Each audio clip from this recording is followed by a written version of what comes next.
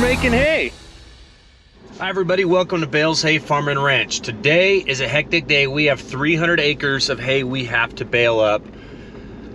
Oh my goodness, and it's already 10 o'clock. Thank goodness for the steamers. Why we're stuck with 300 acres to bale up is we had some extremely windy days. We decided let's just let that hay lay flat, and then we'll rake it and bale it. Well, then we had another windy day and another windy day. Now here we are 4 windy days later, and we had, last night Brian went out at 8 o'clock at night to start the rakes, and it was already too wet for the balers. We just got the first 50. They just finished up the first 50. Now they're jumping over to the next field, which is 160, and then there's another 80 after that. So it's about 290 acres total. But we had a lot to do, and then we got to haul it all in.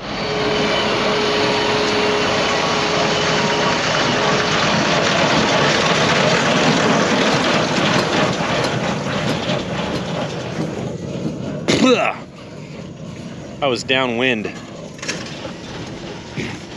Just gonna check this hay. They said it was very, the top is already not bad, but, and it's crispy all the way through. That's not fun, especially because we're running two balers without steamers. So we're gonna have to shut 2 down pretty quick. There's a baler without a steamer. I don't know how much longer he can keep going. Man, we've got a lot of acres, so they're just gonna have to, oh, here we go. That's soft. So it's not all dry. And this isn't, I guess right where I was a dry spot, but this part's not even terrible. Down in there, still very nice. Even without the steamers, we're gonna save we'll still have a lot of leaf. But they gotta go quick. Lots to do. This is first year alfalfa too. It's nice and fine stemmed. Real little guys. Oh, that's making some nice hay. See, even that's questionably little wet still, but we can't stop. Can't stop.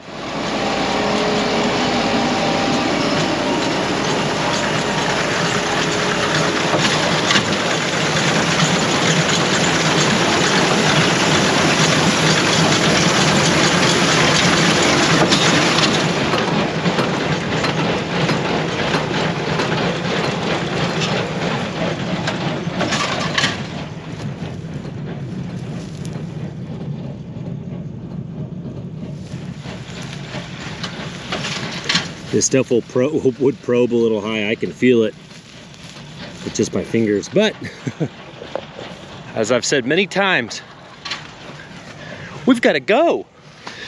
The rake missed a spot. Doing my part.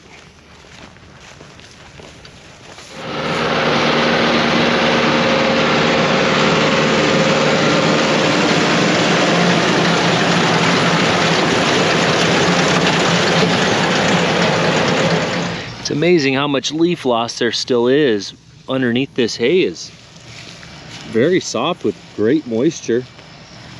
And this hay right here is even soft. This could have been back from when they raked it, I guess, but, and I hate to see all that leaf loss.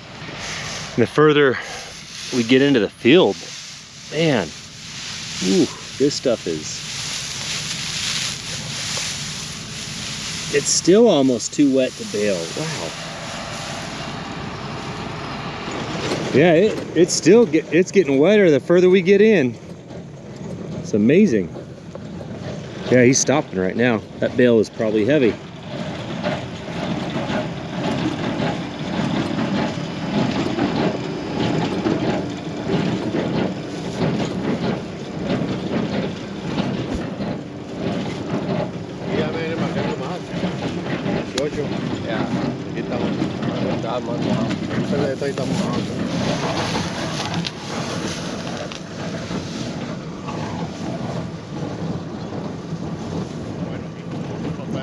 A little tough, a little wet.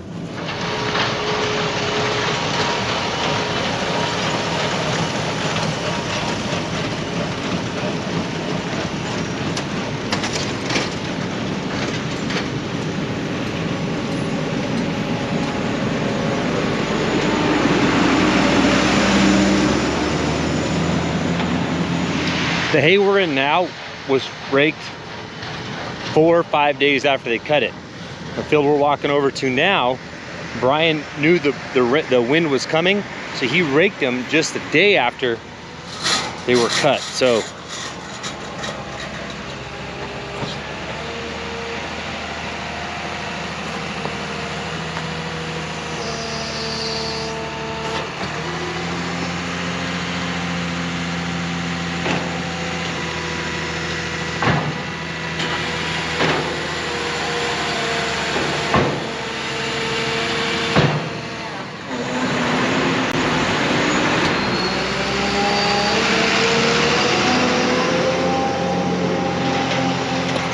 So to get ahead of the wind, Brian raked the hay in this other field just right after they cut it. How'd it feel, Brian?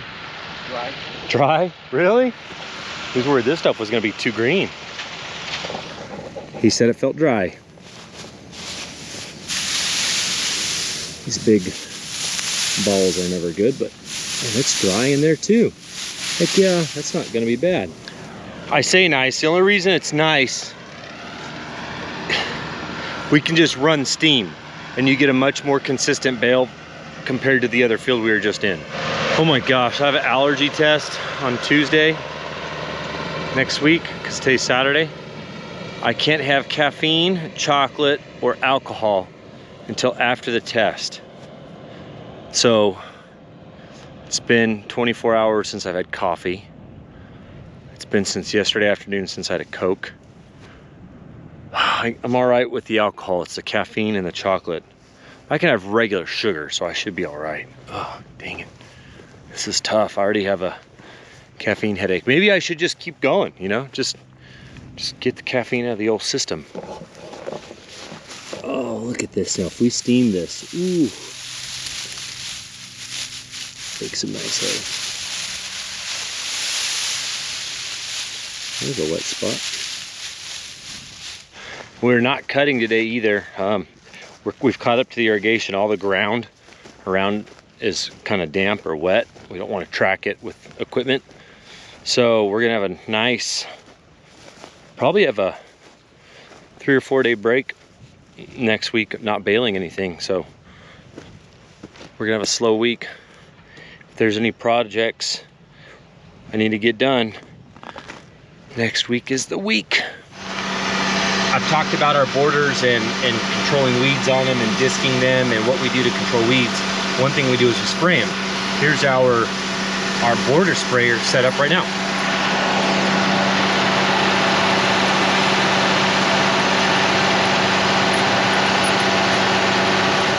What we did was we bought some old conveyor belt rubber and we hung sides, and the sides and the back actually has the conveyor, but we cut it in strips, and so it moves easily. That keeps the Roundup or whatever spraying from getting out into the field and killing the alfalfa, and it focuses right on the border. Keeps the weeds down.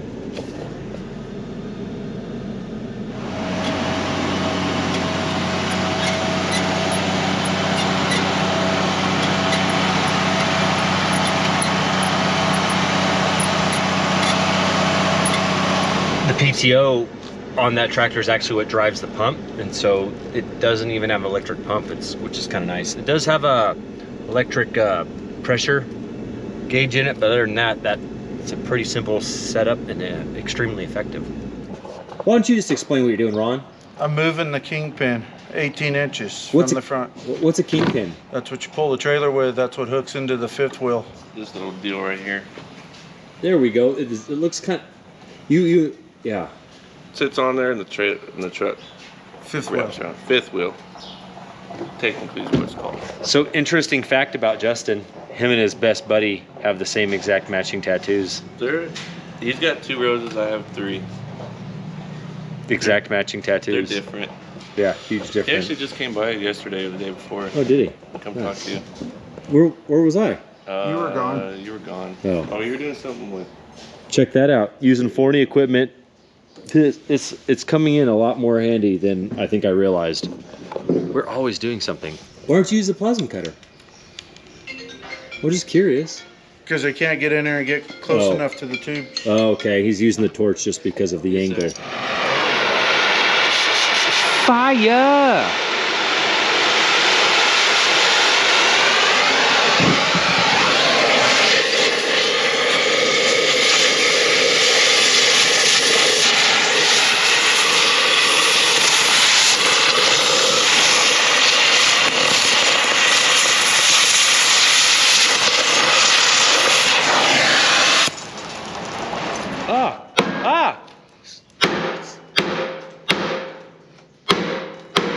So much aggression. Give me a bigger hammer. It's not even moving. Yeah, it is. No, it's not. Yeah, it is. We're watching it. Did it move to you guys? I didn't see it move. Bigger hammer. Oh, glass is on. Ah.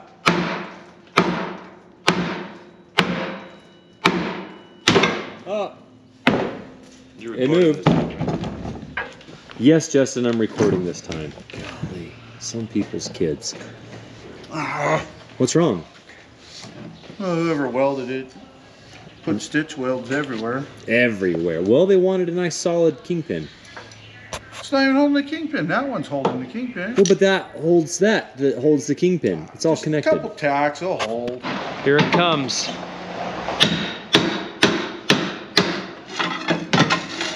It's wedged in there.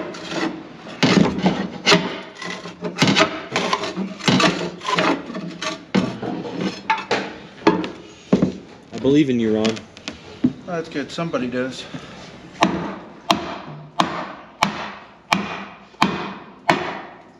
That's still holding on. From the ends. Holding on by that The bar in there. little end. Like whatever.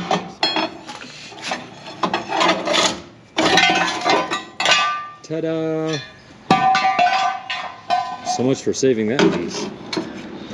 So that is going to go right there. He's got to cut through this plate. So we went ahead and got the plasma cutter. Heck yeah. How do you operate one of these?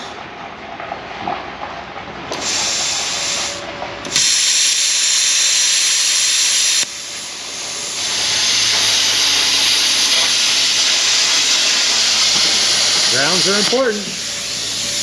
Yep.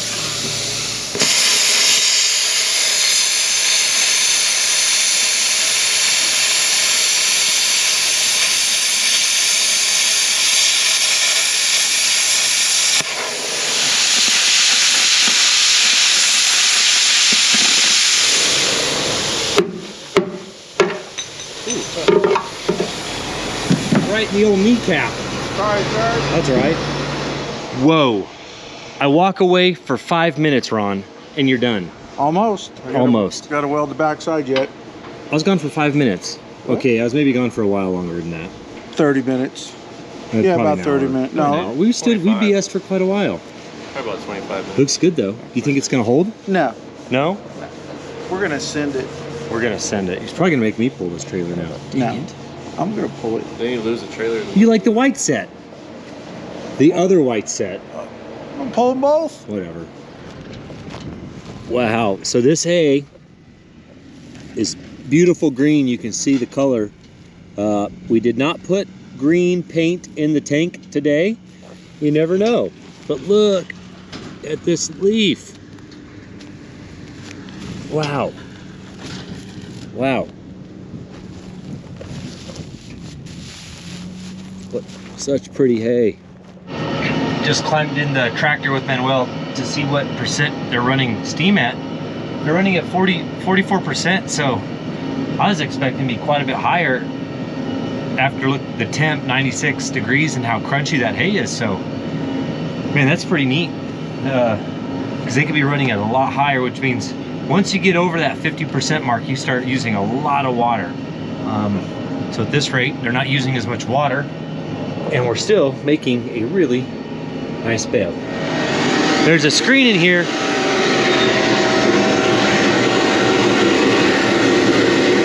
That looks clean. Not clean. Oh, it's not? No. So there's an aftermarket screen that Staley went through here and underneath here. It sucks up the leaves and also the butterflies, and that's the air going into the burner, the flame that heats the boiler. So as that gets plugged up, they get less air going into that, to the flame to heat the boiler. So he's got to climb out and clean that every now and then.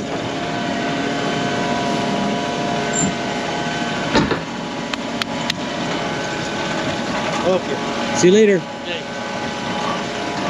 So there's our service, or our water truck tank that has to go around and fill these guys up on real long days like today. They'll have to fill up twice today. An added cost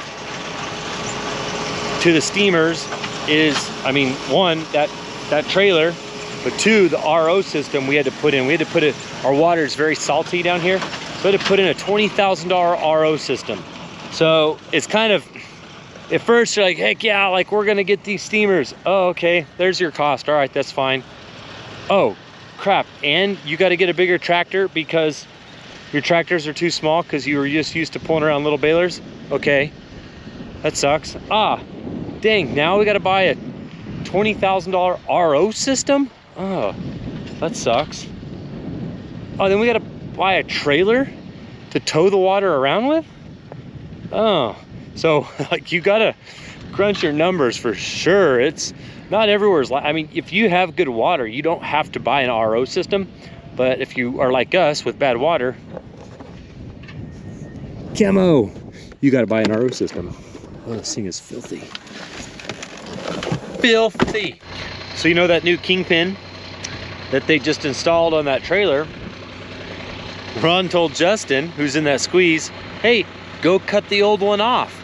Justin, okay. Walks over there, cut it off, goes and does something else, comes back, starts hacking at the brand new kingpin. Justin, if you watch this, you're on thin ice, buddy.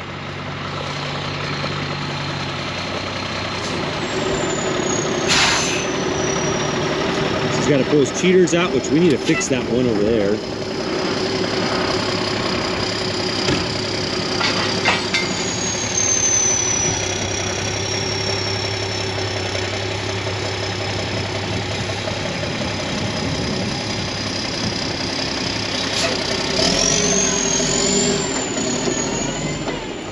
Gonna check Justin's tickets real quick, make sure he's filling out his tickets properly. This is his first year loading the trucks out in the field. So I need to make sure that's getting done correctly or I will get yelled at. Well, we got all the hay brought in. 20 truckloads, 10,000 bales between yesterday, Saturday, and today, Sunday. I'm in the shop with Ron. Big Ron had to jump on a bale wagon. The first time in a while, huh? Yeah, about 4 years, but it was with a 1085. Not the new. He did a good job. He did a good job. Well, it's Sunday. I'm gonna head home and hang out with my little boys. I think we're gonna put some swimsuits on and play in a sprinkler. Ron's got a couple little things to finish up on the trailer. And he's gonna go home, right? Where'd he go? Oh, he ducked down. That was crazy. Yeah, I'm gonna go eat lunch, come back, finish up the trailers. Ooh, it's 1 o'clock. Reload for Wilcox. All of this done with Forney stuff. Well, we used a torch for a little bit, but plasma cutter, Forney welder. Looks good. Is it still hot? Yeah, I'd be careful. That's from yesterday. What a liar. What a liar. And Justin, we're not even going to talk about Justin, how he cut into this brand new pin. Wow, that boy. Justin, I hope you watch this and you know we're disappointed. That's the end of the show. Wow, we've had a busy 2 days. Saturday, they baled 300 acres, and Saturday and Sunday, we hauled it all in. That's 20 truckloads or 10,000 bales. We got it all done. On to the next cutting. Real quick, we just got some new hats in. Local farmer, these are branded bills. That's a leather patch that's branded on. Also the Hay Hustler. If you guys like them, go to the website, www.baleshay.com. Don't forget to hit the like button, thumbs up, leave a comment. Thanks for watching.